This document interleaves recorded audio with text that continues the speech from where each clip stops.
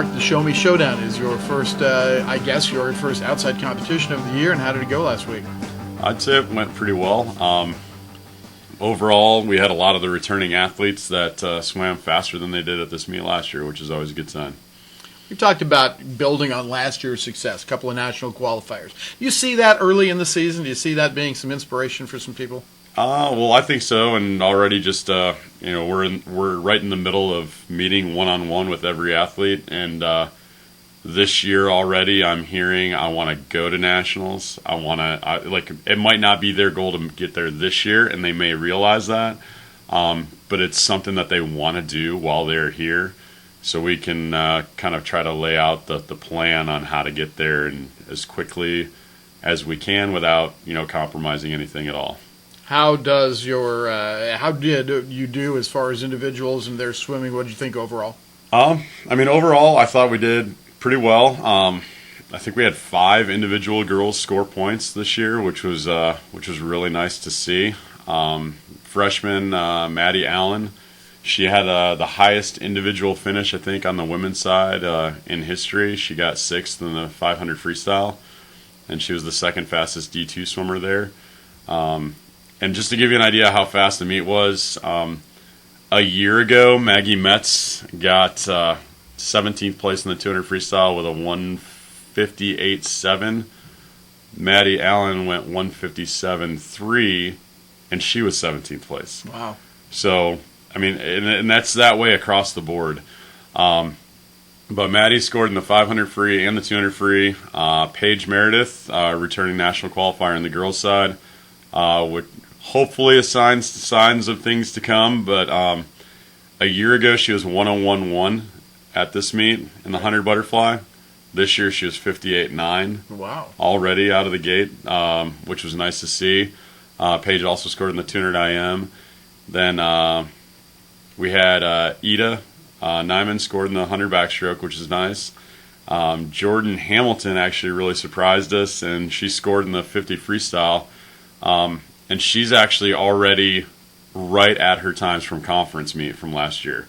Yeah. End of the year, shaved and tapered, and she's already doing it at the Show Me Showdown. So she came in and is already having a really nice fall. And then the other girl that scored points was Alex Milhouse. She scored in the 100 freestyle. How about on the men's side? Anybody there? On the men's side, we had 2 guys score. The men's meet was, in my opinion, very competitive. It was just really, just loaded from Lindenwood, Drury, Mizzou, Missouri S&T. WashU is a very talented Division III program. Then you got S&T in there as well. So it was a really competitive meet. Joao Pedro Granado, he scored in the 200 and the 500, just like he did last year. He was a touch off his times, but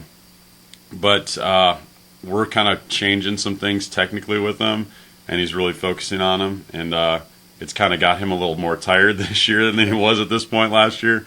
And then Anthony Aranda scored as well. He's a freshman from outside of Houston, Texas. He scored in the 200 freestyle and the 100 fly. And then Daniel Day actually broke 2 minutes in the 200 IM for the first time this early in the year, which is really good for him.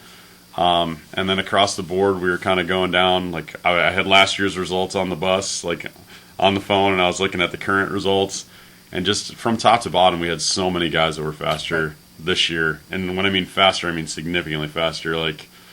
Guys going 150 in the 200 free going 146, and guys going 153 in the 200 free going 149. So it was just really good to see them and just how they raced, and I thought they raced very well. I'd say probably one of the biggest highlights on the men's side was our 400 free relay. A year ago was 3:15 at this meet, and we were 3:13. So, we're looking at things all around, and we talked to the team the next day, and I actually shared with them that another coach said to me on the way out, and they said, and it's a coach I have a great deal of respect for. He actually stopped me on the way out, and he was like, "Hey, Mark," and he's like, "Can I talk to you a sec?" And I was like, "Yeah, no problem."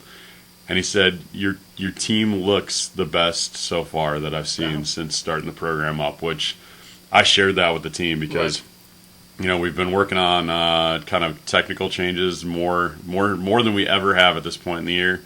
And it was evident apparently to some Oh, other good. coaches. That's good. We're always looking for more. We're always hoping that they're going to be able to fix things. But when another coach notices it and came up to me and told me, that kind of made me feel a little better about everything. You bet. Hey, you mentioned Maggie Metz. I'm going to throw you a little change up here. Maggie Metz, Nathan Graber took 2 of the 4 awards at the Hall of Fame induction for students from last year. What does that mean to your program, and especially because you're not one of the programs that's been around for a long time? I think it means a lot.